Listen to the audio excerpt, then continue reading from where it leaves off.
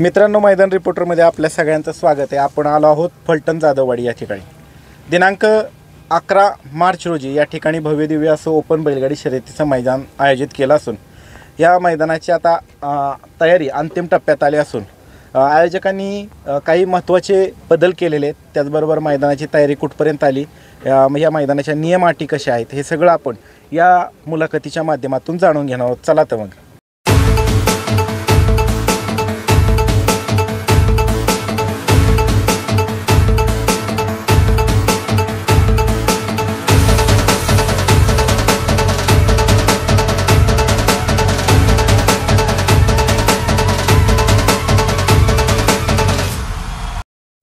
दादा नमस्ते। नमस्कार। आपलं नाव? सागर अभंग। काय सांगाल मैदानाच्या संदर्भात? मैदान किती तारखेला आहे, कुठं आहे आणि कशा निमित्त आयोजित करण्यात आलेलं आहे? सदर मैदान हे जाधववाडी तालुका फलटण जिल्हा सातारा या ठिकाणी असून सदर मैदानाचं आयोजन पाणीदार खासदार आदरणीय रणजितसिंह नाईक निंबाळकर यांच्या वाढदिवसानिमित्त आयोजन करण्यात आलेलं आहे। सदर मैदानाची सकाळी 8 ते संध्याकाळी 6 या वेळेत सदर मैदान घेतलं जाणार आहे आणि बक्षिसं जी सदर मैदानाची बक्षीस आहे ते पाठीमागच्या वेळेस पण सांगितली होती, पुन्हा एकदा आणि पुन्हा एकदा आता परत एकदा सांगतो। सदर मैदानासाठी प्रथम क्रमांकाचं बक्षीस जे आहे ते रोख रक्कम रुपये 5 लाख रुपये, दुसऱ्या क्रमांकाचं बक्षीस जे आहे ते 3 लाख रुपयाचं आहे, तिसरं जे आहे ते 2 लाखाचं, चौथं 1 लाखाचं, पाचवं 75,000 रुपये, सहावं 50,000 रुपये आणि सातवं 25,000 रुपये। प्रवेश फी किती असणार आहे? 1500 रुपये। त्याचबरोबर आता ऑनलाईन कसं काय करण्यात आले, तुम्ही किती गाड्या घेणार आहेत, मर्यादा वगैरे काय करण्यात आलेली काय? 600 गाड्यांची मर्यादा या ठिकाणी करण्यात आलेली आहे। ज्या ऑनलाईन 600 गाड्या पहिल्या नोंदवल्या जातील त्याच गाड्या इथं धावतील, त्याच्या व्यतिरिक्त गाड्या धावल्या जाणार नाहीत। त्याचबरोबर जर ऑनलाईन 600 गाड्यांची नोंद नाही झाली तर काय करणार आहात तुम्ही?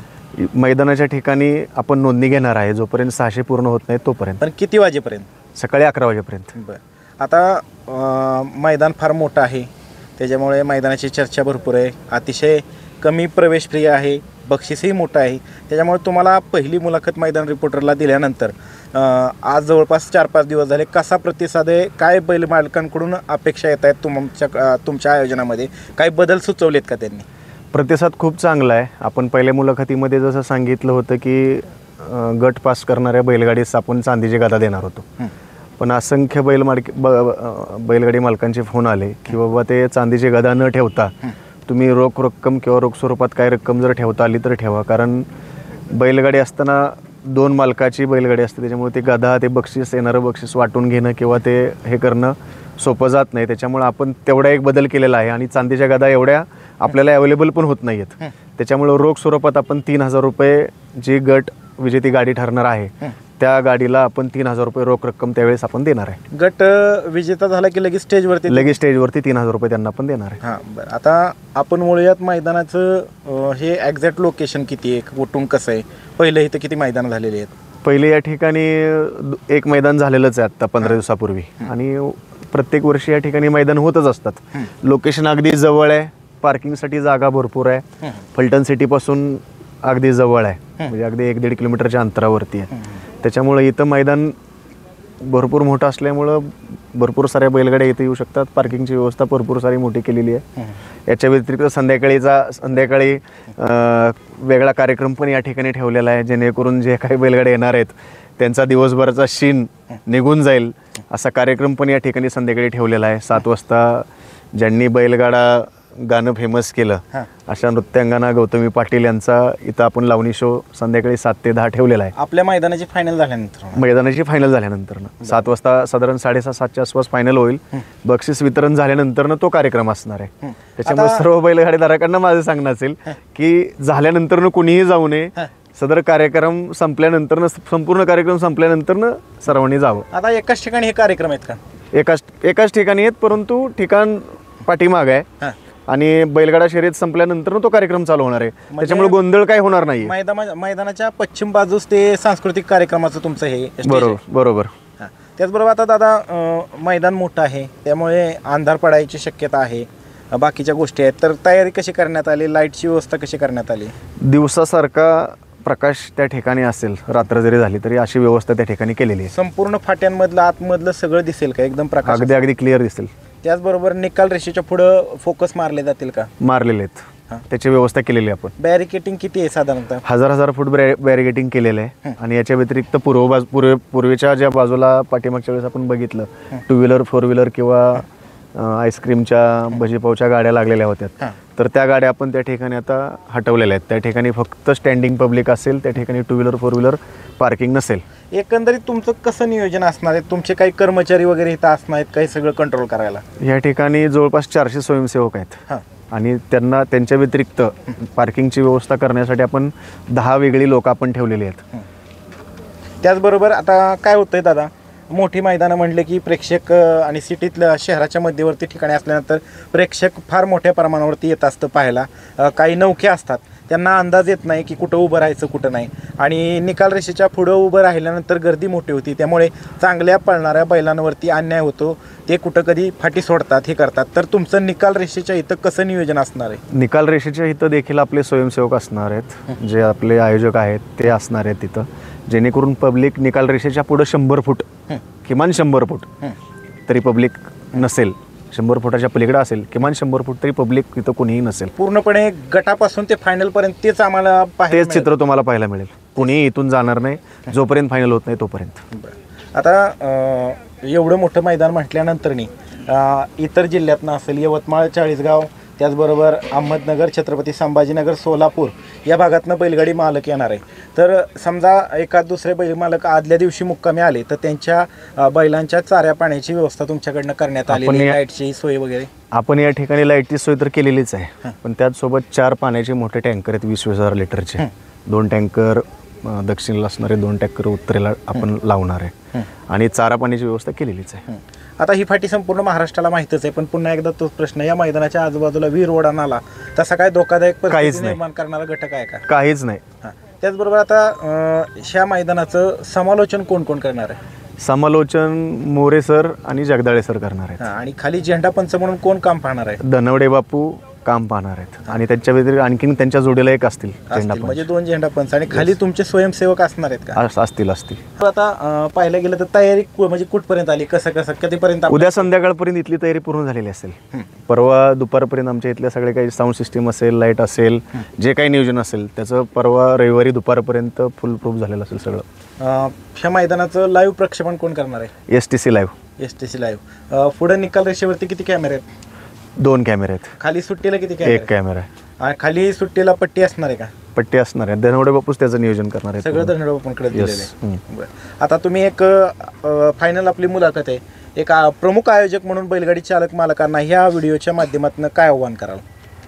पुन्हा आव्हान मी त्यांना तेच करेन की ज्यांना कोणाला या बैलगाडी शर्यतीचा लाभ घ्यायचा आहे त्यांनी अगोदर 3 दिवस आपण ऑनलाईन बुकिंग चालू करणार आहे, प्रवेश फी घ्यायला चालू करणार आहे. आपण फक्त 600 गाड्याच या ठिकाणी पळवणार आहे, 600 गाड्यांचीच फक्त नोंदणी करून घेणार आहे.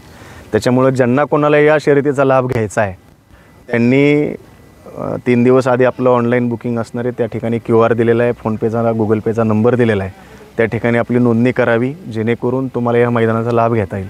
जर 600 गाड्यांची ऑनलाईन नोंदणी नाही झाली तरी पण आपण स्पॉट बुकिंग सकाळी 11 वाजेपर्यंत घेणार आहे. 600 गाड्या होत नाही तोपर्यंत, 600 गाड्या झाल्यानंतर आपण ते बुकिंग बंद करणार आहे. त्याच्यामुळे सर्वांनी या मैदानाचा लाभ घ्यावा. अतिशय छान मैदान आहे, सुंदर नियोजन केलेलं आहे, पंच चांगले आहेत. STC लाईव्ह त्या ठिकाणी आपण त्यांना करायला सांगितलेलं आहे. आमचे फलटण तालुका बैलगाडी संघटनेचे अध्यक्ष जे काही पदाधिकारी कार्यकर्ते आहेत ते पूर्ण या कार्यक्रमाचं नियोजन करणार आहेत आणि त्यांच्याच देखरेखीखाली हा कार्यक्रम पूर्ण पार पाडणार आहे. निकाल जे काही असतील ते पूर्ण तेच देणार आहेत. आम्ही संयोजक आयोजक याच्यामध्ये तीळ मात्र त्याच्यामध्ये कुठलाही हस्तक्षेप करणार नाही. पाहुणे रवळे असतील, बैलगाडा मालक असतील, स्थानिक असतील, गावचे असतील, त्यांना कोणालाही या ठिकाणी स्थान नसणार आहे. त्याचबरोबर काही चुकीच्या चर्चाही सुरू आहेत मैदानाच्या संदर्भामध्ये. त्या संदर्भातच एक प्रश्न तुम्हाला विचारतो, या मैदानामध्ये थेट फायनलसाठी गावगाडी अथवा आयोजकाची गाडी पळणार आहे का? नाही, या ठिकाणी आयोजकाची गाडीच नाही. आयोजकाला फक्त हौस आहे म्हणून या मैदान घेण्यात आलेलं आहे आणि गाव गाडी बिलकुल या ठिकाणी नाही आहे. चालते, धन्यवाद दादा. मित्रांनो, आपल्या समवेत अखिल भारतीय बैलगाडी संघटना फलटण तालुक्याचे अध्यक्ष रोहित यादव सर आहेत. सर नमस्ते. नमस्ते. आता आयोजकांनी मैदानाच्या संदर्भात सगळं सांगितलेलंच आहे, पण पुन्हा एकदा आपण त्याच नियम अटी या मुलाखतीमध्ये घेत आहोत. तर ह्या मैदानाचं एकूण किती फाट्या आहेत? 10 फाट्या आहेत ते मैदानामध्ये. पल्ला किती राहणार आहे? 1000 फूट. आणि एका वेळेस किती गट खाली जाणार आहेत? 5 गट जातील एका वेळेस खाली. टाइम लिमिट किती आहे त्याला? 7 मिनिटाचा राहील. 7 मिनिटाचा असेल. त्याचबरोबर लॉबी टचचा कसा निर्णय असणार आहे? जो आपला फलटण तालुक्यामध्ये चालत आलेला नियम आहे त्या पद्धतीनंच नियम राहील. गाडी तासात गेली तर निकाल दिला जाईल, पण तासाच्या बाहेर बैल किंवा चाक गेलं तर ती गाडी फॉल दिली जाईल, ती बाद केली जाईल. तसेच त्याचबरोबर एखादी गाडी विजेती झाली आणि त्या गाडीवर असलेल्या चालकाने बैलाच्या शेपटीचा चावा घेतला, ही बाब तुमच्या निदर्शनास आली किंवा अथवा कोणी ऑब्जेक्शन घेतलं तर ती गाडी बाद केली जाईल का? बाद दिली जाईल, पण त्याच्यासाठी ऑब्जेक्शनचा एक टाइम लिमिट ठेवला जाईल. 2 गट टाइम आहे. 2 गट पळेपर्यंत ऑब्जेक्शनचा टाइम ठेवला जाईल. त्याचबरोबर आता हे मोठं मैदान आहे सगळं, ऑनलाईनच्या संदर्भात जसं आयोजकांनी सांगितलं तसं तुम्ही एकदा पूर्वकल्पना बैलगाडी मालकांना द्या. आता मला तर पूर्णपणे अंदाज आहे की रविवारी दुपारपर्यंत 100% ऑनलाईन नोंद पूर्ण होईल. का तर फलटण तालुक्यात जे मागं मैदानं झालेले आहेत त्यातली पारदर्शकता सर्व बैलगाडी मालकांना माहीत आहे. त्याचबरोबर हे मैदान पाळण्यासाठी कसं आहे हे पूर्ण महाराष्ट्राने पाहिलेलं आहे. त्यामुळं माझा तर अंदाज आहे की 100% 12 ते 2 वाजेपर्यंतच नाव नोंदणी रविवारी बंद होईल. तरी सर्व बैलगाडी मालकांना माझी एकच विनंती की त्यांनी लवकरात लवकर नाव नोंदणी करा. मागं तिरकवाडीच्या मैदानात बी आम्ही असंच सांगितलं होतं की 343 गाडी घेतली. त्यानंतर मला भरपूर गाडी मालकांना रात्री उशिरा फोन करून त्रास दिला की गाडी घ्या, पण आम्ही इथं कोणत्याही प्रकारे 600 गाडी झाल्यानंतर आम्ही गाडी घेणार नाही. त्यासाठी जेवढं तुम्हाला ऑनलाईन नोंद करता येतील तेवढी ऑनलाईन नोंद करा. त्या बॅनरवरती नंबर दिलेले आहेत, QR कोड दिलेले आहेत.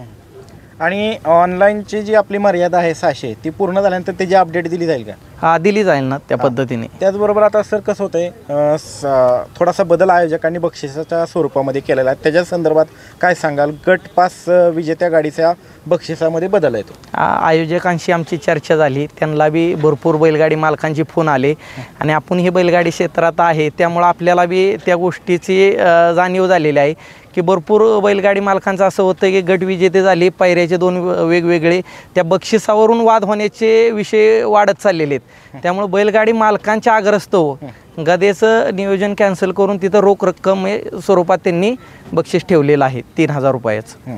त्याचबरोबर आता दुसरे नियमांकडे पुन्हा वळूयात. निकाल कसा असणार आहे? बैलाच्या पायावर, तोंडावर किंवा कोणताही अवयव पुढे असल्यावर? नाही, बैलाच्या पायावरतीच निकाल राहील. त्याचबरोबर एका वेळेस गट 5 जातील. आणि खाली निकाल रेषेला जो कॅमेरा असणार आहे त्याचे नियम कसे असणार आहेत? तो आपल्या फलटण तालुक्यातील रेग्युलर मैदानं चालल्यात त्या पद्धतीने असेल, खालचा निकाल पाहूनच वर निकाल दिला जाईल. समान गाड्या उतरल्या तर कसा निर्णय? डबल पळवल्या जातील. डबल पळवले जातील. आता एक तुम्ही अखिल भारतीय बैलगाडी संघटनेचे फलटण तालुक्याचे अध्यक्ष आहात, एक अध्यक्ष या नात्याने बैलगाडी चालक मालकांना काय आव्हान करावं? बैलगाडी चालक मालकांना एकच आव्हान आहे की त्यांनी लवकरात लवकर नाव नोंदणी करून आपल्याला मैदान सकाळी लवकरात लवकर कसं चालू करता येईल आणि स्वच्छ सूर्यप्रकाशात हे मैदान कसं पार पाडता येईल याच्यावरती आपला प्रयत्न चालू आहे. तर सर्व बैलगाडी मालकांनी यासाठी सहकार्य करावे. तसेच कोणत्याही प्रकारचा गैरप्रकार या मैदानात खपून घेतला जाणार नाही, जसे की शेपूट चावण्याचे प्रकार वगैरे. जर ऑब्जेक्शन वगैरे आले तर यावेळेस कोणतीही सबब न ऐकता तशी जर तक्रार संघटनेकडे आली तर त्याच्यावर कायदेशीर कारवाई केली जाईल. चालते. धन्यवाद सर. धन्यवाद. दादा नमस्ते. नमस्ते. आपलं नाव? किशोर शिंदे. काय सांगाल मैदान संदर्भात? मैदान हे 600 गाड्यांचंच होणार असून वेळेत गाडा मालकांनी येऊन आपला पहिला लॉट सकाळी 8ला म्हणजे 8ला चालू होणार, पहिला गट खाली जाणार आहे. जे वेळेत येणार नाही, ज्याचं नाव पुकारलं जाईल तो वेळेत नाही आला तर ते गाडी बाद केली जाईल, कोणतीही सबब ऐकली जाणार नाही. मैदान हे कोणत्याही प्रकारे पावणा रावळा आपला लोकाचा ही कुठलं न बघता अतिशय पारदर्शक आणि अतिशय बैलगाडी संघटनेने घातलेल्या नियमाप्रमाणे होईल. तर माझे सर्व बैलगाडी मालकांना आव्हान आहे की त्यांनी ऑनलाईन जास्तीत जास्त नोंद करून वेळेत येऊन मैदानाचा लाभ घ्यावा. धन्यवाद. दादा नमस्ते. नमस्कार. आपलं नाव? विशाल शिंदे. काय सांगाल आता मैदानाचं तयारी अंतिम टप्प्यात आली, कसं नियोजन झाले, पार्किंग असेल, बाकीच्या इतर गोष्टी? मैदानाची कल्पना आमचे लोकनियुक्त सरपंच सन्माननीय सागर जामंग आणि माढा लोकसभेचे सन्माननीय खासदार रणजितसिंह नाईक निंबाळकर यांच्या कल्पनेतून एक साकारलेली कल्पना आहे. मैदान घेण्यामागचं कारण आमच्या सरपंचांनी 2 मैदान पाहिले. ते मैदान पाहिलं त्यांच्या मनात कल्पना आली की बाबा आपणही मैदान घ्यायचं. भले आपण आपल्याकडे बैल नसतील किंवा आपल्याला नाद नसेल, पण त्यांच्या डोक्यात एक सुबक कल्पना आली आणि ती कल्पना आल्यानं त्यांनी घोषणा केली याच ठिकाणी पाठीमागे मैदानात. त्या मैदानाच्या माध्यमातून त्यांच्या मनातील कल्पना आणि त्यांना बैल मालकांबद्दल असलेली एक अस्मिता आस्था ती त्यांच्या मनातून जागृत झाली. आमची चर्चा होत असताना सरपंच साहेब म्हणाले की आपण प्रवेश फी घ्यायचीच नाही. मग एवढं एक दिलदार व्यक्तिमत्व बघा, म्हणजे की सर्वसामान्य बैल मालकांचा त्यांनी विचार करून, बैल चालक मालकांचा विचार करून अतिशय माफक म्हणजे 1500 रुपये म्हणजे नथिंग एवढं मोठं बक्षीस या ठिकाणी आहे. अतिशय सुंदर असं नियोजन आहे. आणि त्याचबरोबर तुम्ही गटपास विजेत्याला 3000 रुपये रोख देता. हो, आणि दुसरे त्यांच्या डोक्यातून किंवा सदर विचार करून असंख्य गाडी मालकांचे फोन तर आले, पण त्यांना असं वाटलं की एक बक्षीस ट्रॉफी देण्यापेक्षा एक रोख रक्कम मिळावी, कारण सर्वसामान्य शेतकरीच हा शर्यतीचा नाद असतो. अशा पद्धतीने त्यांनी एक सुचलेली कल्पना आहे. आता अजून नियोजन कसं आहे, काय महत्त्वाचे बदल आहेत का नियोजनामध्ये? आता याच्यामध्ये काय की बॅरिगेटिंग, लाईट्स, साऊंड सिस्टीम, पाणी, संध्याकाळचा ज्या दिवशी काय बैल चालक मालक येतील किंवा बैलगाड्या येतील त्यासाठी लागणारा चारा, बाकी सगळ्या गोष्टी या ठिकाणी 100% आणि ताकदीने उभा केल्या जातील. कोणतीच कमी पडणार नाही याची जबाबदारी सरपंच साहेब आहेत आणि आयोजक म्हणून आमची आहे. पूर्वीपेक्षा ह्या मैदानामध्ये बदल झाला आहे. फाट्या आहेत ती या ठिकाणीच आहेत आणि जे तुमचं सांस्कृतिक कार्यक्रम जो आहे त्याचं कसं नियोजन आहे? ती स्टॉल वगैरे कुठं लावायचे आहेत खाद्य विक्रेत्यांनी? आता हे पार्किंग कुठं आहे? आता हे तर पाहिलं आपण तर हे पूर्व आणि उत्तर आणि दक्षिण आहे. उत्तर आणि दक्षिण असं एक मैदान आहे आणि पलीकडच्या बाजूला पश्चिमेला सांस्कृतिक कार्यक्रमाचा या ठिकाणी आयोजन केलं आहे. त्याचा मागचा असं आहे की दिवसभर रटरट त्या उन्हात धावपळ करून करून माणसात त्रास होतो, म्हणजे थकवा येतो आणि सर्वात नामवंत आणि लोक कलानृत्य करणाऱ्या गौतमी पाटील यांचा कार्यक्रमाचं आयोजन केलं आहे. या कार्यक्रमासाठी म्हणजे जो काय त्रास थकवा तो जाण्याचा एक कल्पना आमच्या नेत्यांच्या मनात आली, नेत्यांनी ती आचरणात आणली आणि त्या पद्धतीने तो कार्यक्रम या ठिकाणी घेतलेला आहे. फक्त कार्यक्रम घेत असताना किंवा पब्लिक येत असताना कार्यक्रमाचा फक्त आनंदच घ्यावा, याच्यामध्ये कुठला प्रॉब्लेम होईल, वाद होतील असं कोणीच पब्लिकने करू नये अशी एक माझी प्रामाणिक त्यांना विनंती राहील. पार्किंगचा विषय किंवा खाद्य विक्रेते स्टॉल लावणार ते कसं नियोजन करण्यात आले? कुठल्या बाजूला लावायचे की ती अंतर सोडून लावायचे? हा, आता याच्यामध्ये बघा 2 गोष्टी आहेत. आपली धावपट्टी आहे त्याला कंप्लीट बॅरिगेटिंग आहे. परत पलीकडून ज्या साई मंदिरच्या बाजूने काही लोक येतात त्या ठिकाणी पूर्वेच्या बाजूने त्या ठिकाणी बॅरिगेटिंग केलं आहे आणि पार्किंगची व्यवस्था अतिशय प्रशस्त आहे. पश्चिमेच्या बाजूला जिथं आपला कार्यक्रम होणार आहे त्याच्या पलीकडच्या बाजूला पार्किंगची व्यवस्था केलेली आहे. त्यासाठी सिक्युरिटी असतील, बाउन्सर असतील, हे प्रत्येक आमचे काही स्वयंसेवक असतील किंवा आम्ही आयोजक असेल प्रत्येकाने जबाबदारी वाटून दिली आहे. त्याप्रमाणे इथं सगळे नियोजनबद्ध कार्यक्रम केला जाईल. जरी काय गोंधळ झाला किंवा काय झालं तर त्या ठिकाणी त्या पब्लिकनी स्वतःहून ते ॲडजस्ट करून मॅनेज करून त्या ठिकाणी ती दुरुस्ती करावी. दादा, या मुलाखतीतला शेवटचा प्रश्न, आयोजक म्हणून तुम्ही बैलगाडी चालक मालकांना काय आव्हान करा? सातारा जिल्ह्यातील सर्वात मोठ्या रोख रकमेचं 5 लाख बक्षीस असणारं मैदान फलटण तालुक्यामध्ये होत आहे. तरी महाराष्ट्रातील सर्व चालक मालक या सर्व बैलगाडा प्रेमींनी या स्पर्धेमध्ये मोठ्या संख्येने सहभागी व्हावं आणि या बक्षिसाकरता अगदी माफक दरात 1500 रुपये प्रवेश फीमध्ये हे मैदान एवढं मोठं होत आहे. तरी सर्व बैलगाडा चालक मालक या सर्व लोकांनी या बैलगाडी शर्यतीमध्ये सहभागी व्हावं असं मी आवाहन करतो. धन्यवाद. पार्किंग आहे म्हणजे सुट्टीच्या बरोबर खालच्या बाजूला पार्किंग आहे इकडे. हां, असं सेम पार्किंग वरच्या बाजूला पण केलेलं आहे. ज्या ठिकाणी बैलगाडी येऊन थांबणार आहेत ना, ते बैलगाड्यांच्या पलीकडे पण पार्किंग आहे. पलीकडे निकाल रेषेच्या पुढे. हां, आणि हे जे नियोजन पलीकडे सगळे खाऊचे स्टॉल आहेत. पश्चिमेच्या बाजूला पलीकडे पूर्ण खाऊचे स्टॉल आहेत आणि इकडे तो सांस्कृतिक कार्यक्रम हा तो पटांगण आणि इकडे पलीकडे मित्रांनो मैदान आहे. भरपूर मोठा स्पेस आहे. पार्किंग किती जरी गाड्या आल्या तरी आरामात इकडे पार्क होऊ शकतात. ह्या तालीपासून पलीकडच्या तालीपासून अगदी सुट्टीच्या ह्याच्यापर्यंत फाटीपर्यंत अख्खं पार्किंग आहे. त्याच्यामुळे पार्किंगची कोणतीच अडचण. स्वयंसेवक असणार आहेत, बोर्ड लावणार 400 स्वयंसेवक आणि बोर्ड वगैरे लावणार सगळे हे लावूनच आहेत आणि टी-शर्ट आहेत सगळ्यांना.